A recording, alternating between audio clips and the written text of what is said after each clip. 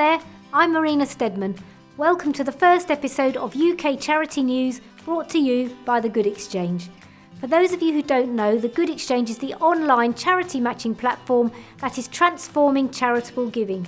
Make sure you subscribe to our YouTube channel to keep up with all our new content and check out the trailer on our channel to see what we're all about.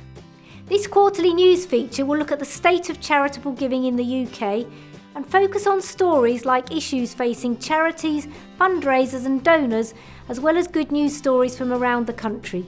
So let's look at the current state of charitable giving in the UK. First of all, do you know just how many registered charities there are? According to the Charity Commission, there are over 160,000 registered charities in England and Wales, with a further 24,000 in Scotland and 10,000 in Northern Ireland.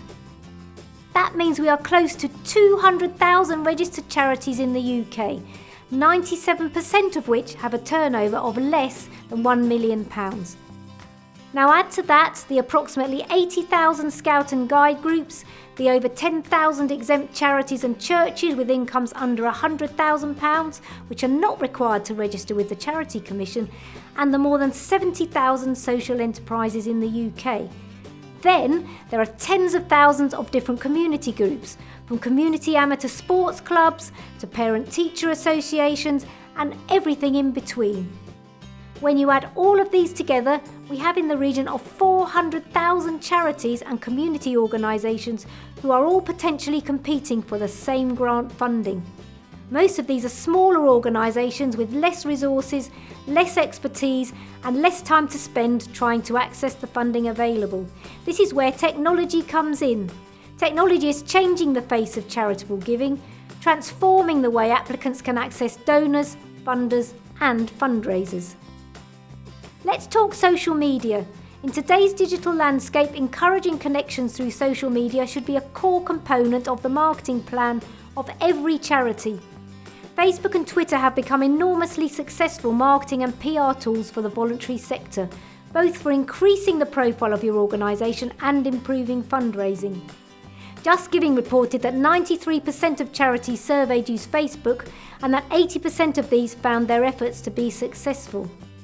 If a donor shares something on Facebook about supporting a friend's fundraising page, it is worth on average about £10 in additional donations to that fundraising appeal. We spoke to Paul Wilson of PR company Wilson Media to find out what charities should be addressing in seeking to plan an effective social media strategy. When planning your social media strategy, it's important to consider what I call the 3 M's: market, message, and media. Firstly, understand your market, your target audience. Remember, it's virtually impossible to get results if you're blindly posting without first knowing who your audience is, where to find them, and why they'd want to follow you. Secondly, the message, what matters to them. Write down 3 key marketing messages that help you stand out from the crowd. Think about what will inspire your supporters to take action. And finally, the media. The key is to focus on 1 or 2 platforms rather than multiple different ones. By far the biggest community for charitable causes is Facebook, with 1.5 billion active users. Twitter is also great for getting news stories out there and raising your profile. Be aware of the differences in how they work and think about how people engage with them. Thanks, Paul. It's not just social media that should form an important part of your fundraising strategy as a charity or voluntary organisation. Technology is transforming the charity sector, and that means mobile. Nearly every adult in the UK uses a mobile phone, and 2018 saw a 29% rise in the volume of donations via mobile devices. Now, the worrying part.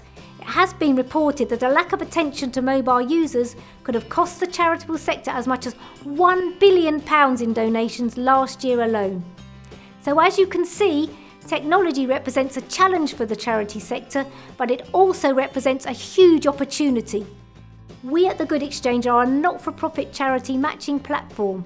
Our YouTube channel will be constantly updated with tips and information that can help you bridge the technology gap and access more donors, funders and fundraisers. Don't forget to like and subscribe, and we'll do our best to help you with our content and with the Good Exchange platform. This has been the first episode of UK Charity News from the Good Exchange. We'll be back with another episode every 3 months. If you have a story you'd like us to try and cover, please contact us on Twitter @The Good Exchange. And don't forget to subscribe to our YouTube channel for regular video updates. I'm Marina Stedman for the Good Exchange. Thanks for watching.